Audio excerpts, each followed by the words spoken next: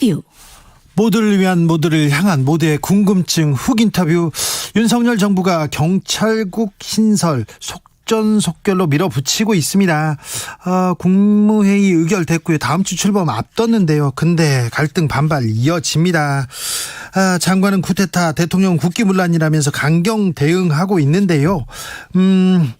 어찌 될지 좀 물어보겠습니다. 경찰 출신입니다. 황운하 민주당 의원, 안녕하세요. 네, 안녕하세요. 행안부의 경찰국 신설 어떻게 보고 계십니까?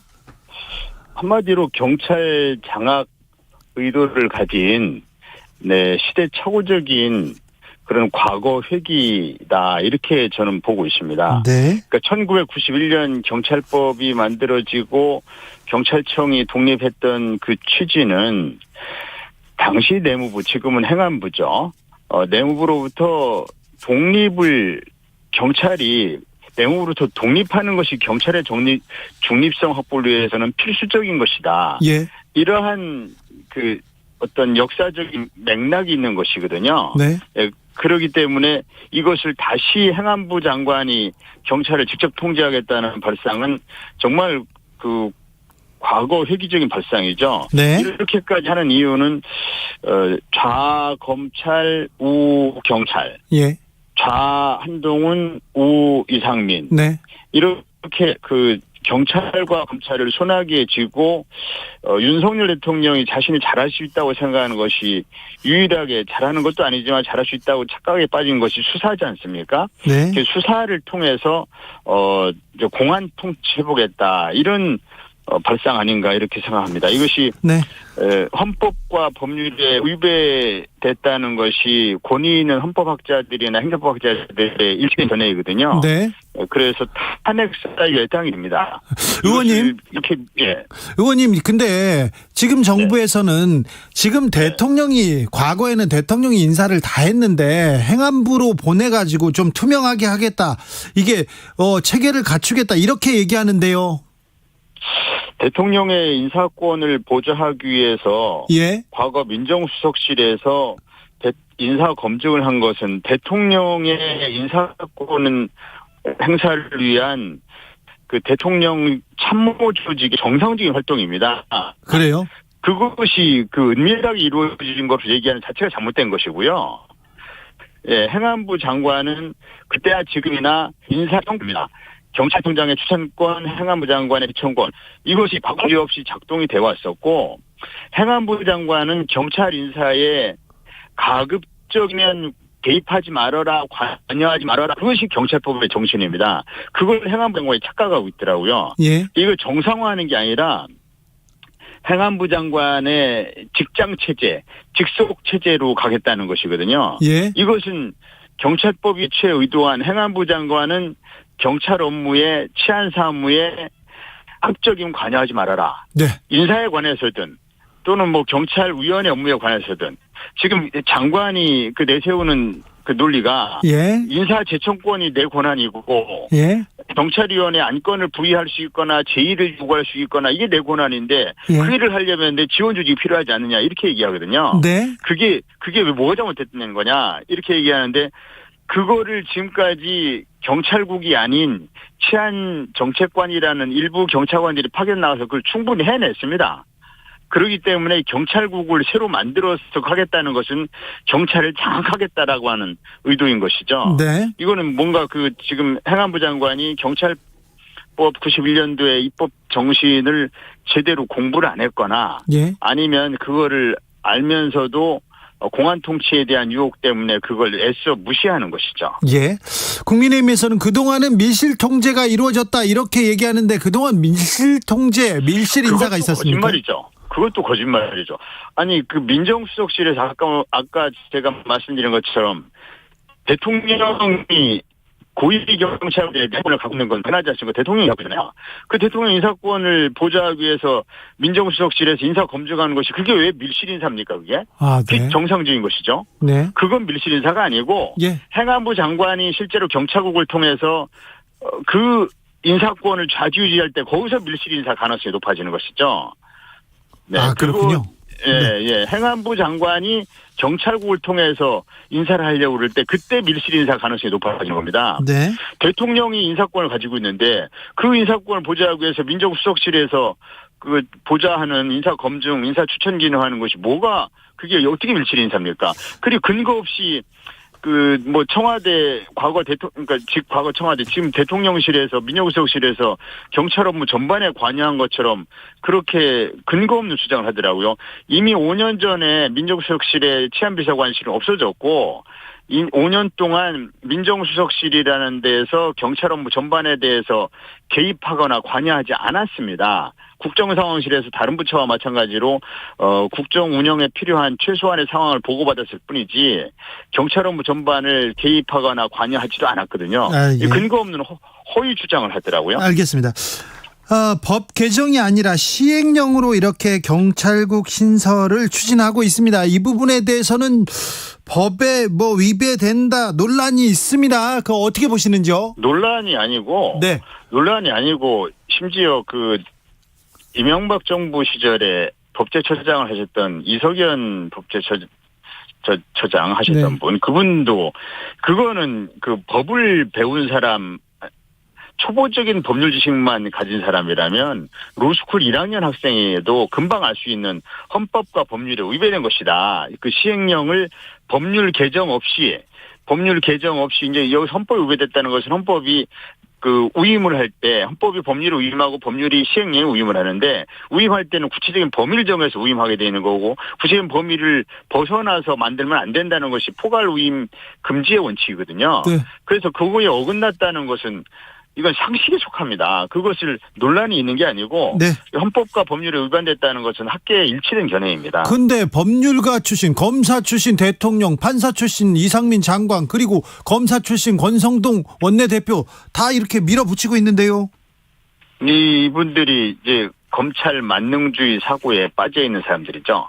똑같은 공통점이 있다면 검사 우월주의에 빠지는 분들이잖아요. 네. 이상민 장관은 검사 출신은 아니지만 일찍이 이제 판사를 그만두고 오랜 그 윤석열 대통령과 오랜 사적인 인연이 있는 사이로 알거든요.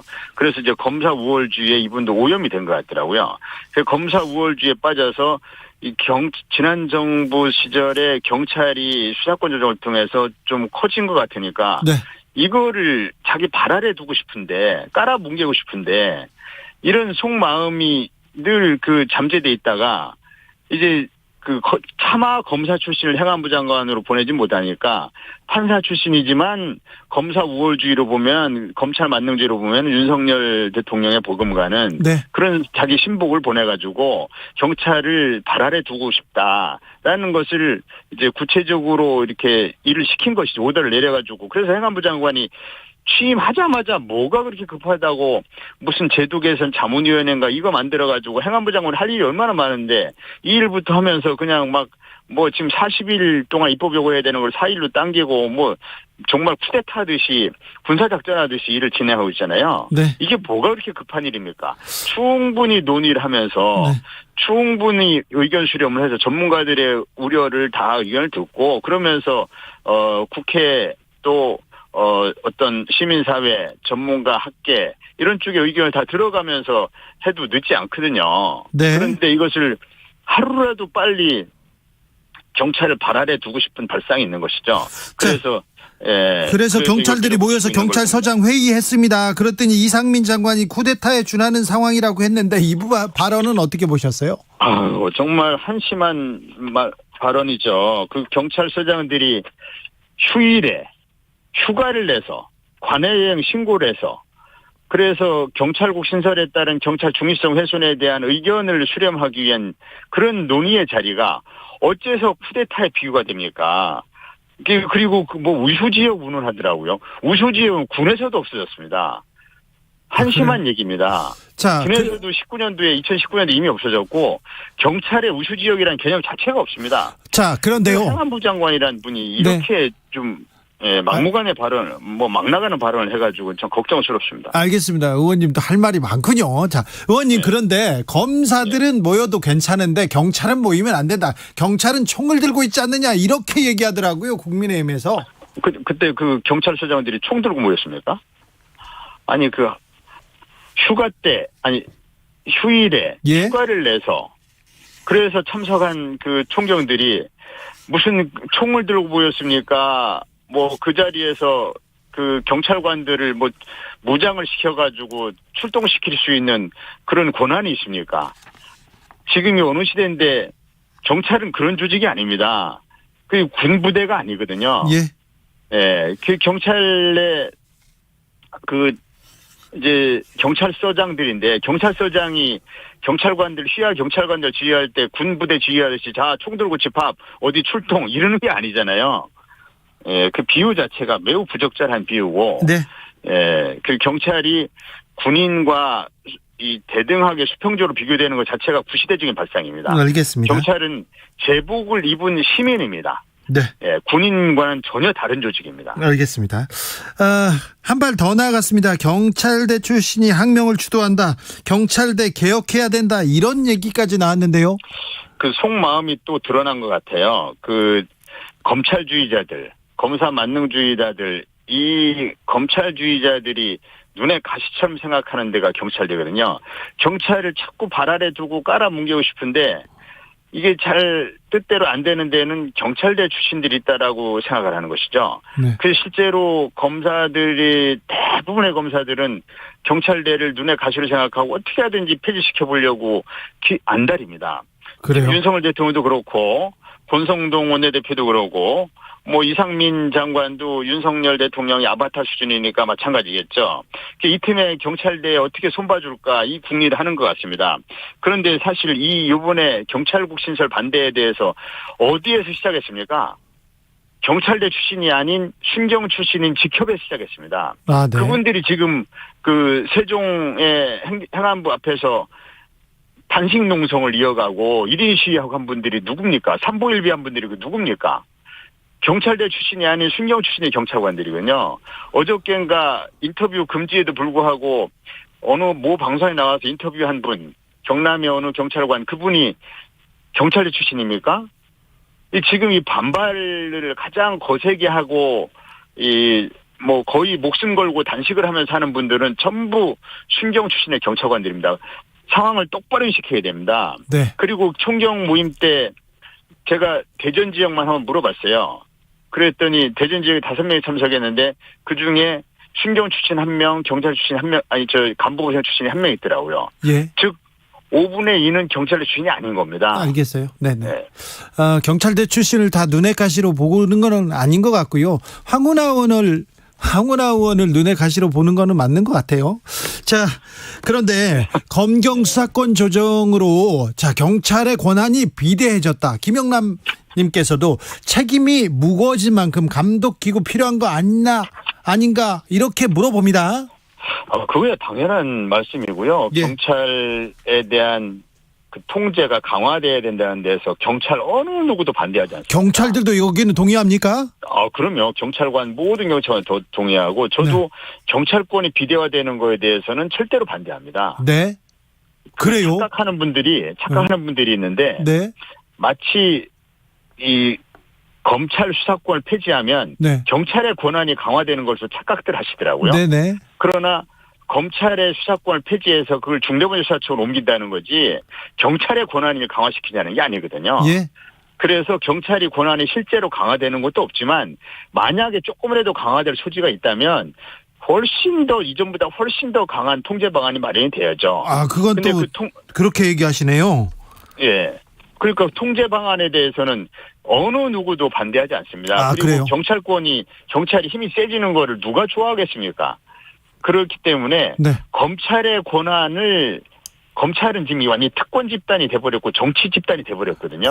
검찰의 권한, 검찰의 힘은 나누되 경찰이 강해지는 거는 원치 않는다, 바라지 않는다. 그렇죠. 그렇지만 그 과정에서 경찰의 힘이 상대적으로 조금이더 강해졌다 생각되면 훨씬 더 강한 통제 방안을 마련하라는 거죠. 알겠어요. 국회에서 그렇게 만드셔야 됩니다. 근데 통제 방안은 행안부 장관이 통제하는 방식이 아니라 네.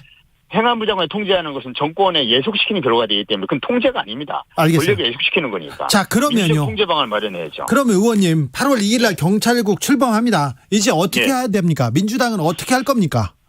이제 우선은 이게 윤석열 정부가 왜 경찰 장악으로 해서 이게 시대착오적인 발상을 가지고 이렇게 헌법과 법률에 위배된 경찰국 그 신설을 강행하는지, 이것이 얼마나 이 부당하고 또 불법적인 것인지 이것을 국민 여러분들에게 호소를 하면서, 그러면서 국회가 할 수 있는 일은 첫째, 해임 건의, 네. 이상민 장관에 대한 해임 건의, 그 다음에 이상민 장관에 대한 탄핵 소추, 이건 다 요건이 충족되어 있습니다. 이건 이제 시기만 잘 판단하면 되고요. 그 다음에 이제 국회 입법권을 침해한 시행령 입법권을 침해했기 때문에 지금 윤석열 정부가 시행령으로 통치를 하려고 하는, 네. 시행령 통치를 하려고 합니다.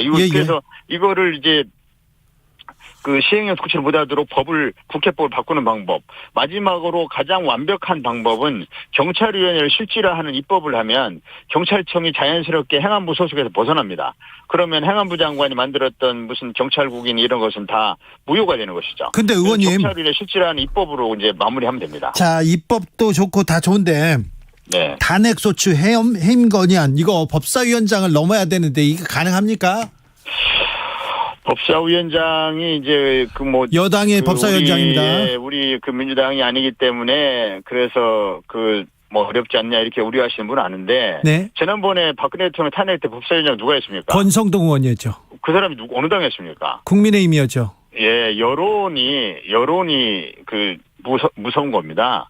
예, 여론이 이거 탄핵 소추가 만약에 국민의힘 법사위원장이 탄핵소추 요건이 충족됐음에도 불구하고 이를 매우 불성실하게 수행하고, 소추권자가 매우 불성실하게 수행하고 오히려 역행하고 하면은 보는 눈이, 국민 여러분들, 언론 보는 눈이 얼마나 많은데 그걸 가만두겠습니까? 알겠습니다. 그래서 너무 우려하실 일은 아니다 봅니다. 알겠습니다. 국민의힘 입장도 저희가 들어보려고 경찰 출신 국민의힘 의원들한테 다 연락했습니다. 모두 연락했는데 모두 일정이 있다고, 인터뷰 어렵다고 해서 저희가 일정 되는 대로 할 말이 없겠죠. 입장 들어보겠습니다. 말씀 잘 들었습니다. 황운하 더불어민주당 의원이었습니다. 감사합니다. 네, 감사합니다. 네. 정치 피로,